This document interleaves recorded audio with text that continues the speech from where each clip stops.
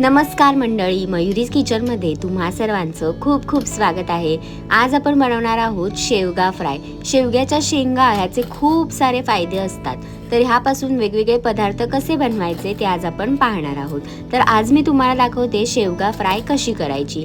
तर सुरुवातीला काय करायचं, मी असे हे भाग करून घेते। तुम्हाला हवी असतील तेवढ्या आकाराचे तुम्ही हे भाग करून घेऊ शकता। त्यानंतर काय करायचं, वरची जी साल असते ती जेवढी निघेल तेवढी काढून घ्यायची। ह्याने शेंगा ज्या आहेत त्या पटकन शिजतात, म्हणजे आपण उकडवून करणार नाही आहोत, डायरेक्टच शेवगा फ्राय कशा करायच्या ते आज आपण पाहणार आहोत। तर भाग करून झाल्यावर ह्या अशा पद्धतीने वरची साल जी आहे ती काढून घ्यायची। मी तुम्हाला अजून एकदा दाखवते।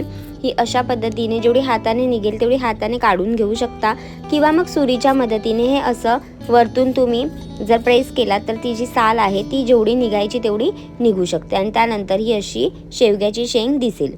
त्यानंतर पाणी घालायचं आणि ह्या शेवग्याच्या शेंगा स्वच्छ धुवून घ्यायच्या, आणि त्यानंतर हे पाणी जे आहे ते मी काढून घेणार आहे, आणि मग ह्यात आपण सुके मसाले घालणार आहोत।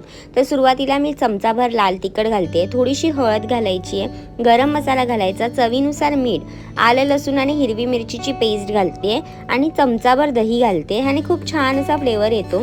तर हे सर्व मसाले जे आहे ते व्यवस्थित शेवग्याला लावून घ्यायचे। तुम्हाला हवा असेल तर दह्याच्या ऐवजी लिंबाचा रस सुद्धा घालू शकता। सर्व मसाले एकजीव झाल्याच्या नंतर हे 10 मिनिटांसाठी मी बाजूला ठेवणार आहे, आणि मग एका प्लेटमध्ये मी इथे बारीक रवा घेतलेला आहे। तुम्ही बारीक रव्याच्या ऐवजी जर नॉर्मल रवा येतो जाडसर तो घेतलात, त्याच्यामध्ये थोडंसं तांदळाचं पीठ घालायचं आणि ते वापरायचं।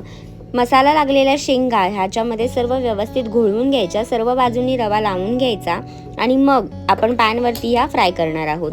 तर मी इथे नॉनस्टिक पॅन घेतले, तुम्ही कोणतेही पॅन वापरू शकता। मी इथे बटर घातलेलं आहे चमचाभर, तुम्ही तेलाचा वापर केलात तरी सुद्धा चालेल, पण तुम्हाला बटरी फ्लेवर हवा असेल तर तुम्ही बटरमध्ये केलात तरी सुद्धा चालेल, किंवा तुपाचा वापर करू शकता, त्याने अजून छान हेल्दी होईल। तर काय करायचं, इथे मी बटर घालते। बटर घालून एक एक करून शेंगा ठेवून घेतलेल्या आहेत, आणि 5-5 मिनिटांसाठी मी सर्व बाजूंनी छान रंग बदलेपर्यंत ह्या शेंगा ज्या आहेत त्या फ्राय करून घेणार आहेत। 5 ते 10 मिनटं एका बाजूने आपण करून घ्यायच्या आहेत, आणि 20 मिनटं लागतात ह्या पूर्ण शेंगा ज्या आहेत त्या व्यवस्थित फ्राय व्हायला। आणि त्यानंतर तुम्ही पाहू शकता खूप सुंदर असा कलर आलेला आहे, आणि वरचं टेक्स्चर तर खूपच अप्रतिम आहे। आतमधून शेंगा जी आहे ती सुद्धा व्यवस्थित शिजली गेलेली आहे। तर खाताना तुम्हाला हा मस्त बाहेरून कुरकुरीतपणा जाणवेल, आणि आतमधून हा शेवग्याचा पल्प इतका सुंदर लागतो ना, नक्की ट्राय करून पहा।